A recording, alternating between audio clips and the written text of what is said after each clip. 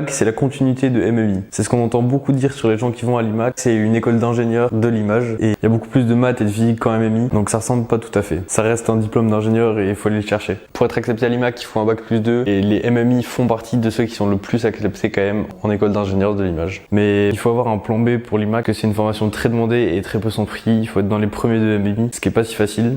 Je dirais que si j'ai envie de faire l'IMAG, c'est parce que je me plais énormément en MMI et que je sais pas réellement ce que je veux faire dans le domaine de l'audiovisuel plus tard. Alors une école de l'image avec en plus un diplôme d'ingénieur, c'est parfait. Les gros points positifs, c'est qu'on touche encore au développement et tout, on n'abandonne pas le sujet, ce qui peut être super. Et par contre, ce qui est pour moi un gros point négatif, c'est que beaucoup de maths et de physique sont vraiment plus poussés et c'est normal vu qu'il faut aller chercher un diplôme d'ingénieur. Mais personnellement, j'ai pas forcément envie de continuer des maths et physique, donc je sais qu'il y aura une partie qui me plaira pas si je fais l'IMAG. Un autre super point positif, c'est que c'est une école qui en plus est sur le campus de Champs-sur-Marne, donc juste à côté de l'IUT pour moi. Le problème, c'est aussi que peut-être qu'à la fin, on ne progresse pas assez dans un domaine, mais on devient bon dans tous les domaines et c'est dur de trouver quelque chose de construit derrière. Puis en plus, ça a l'air d'être une formation où il y a beaucoup de pratique, alors qu'on retrouve pas mal d'écoles où il y a beaucoup de théorie.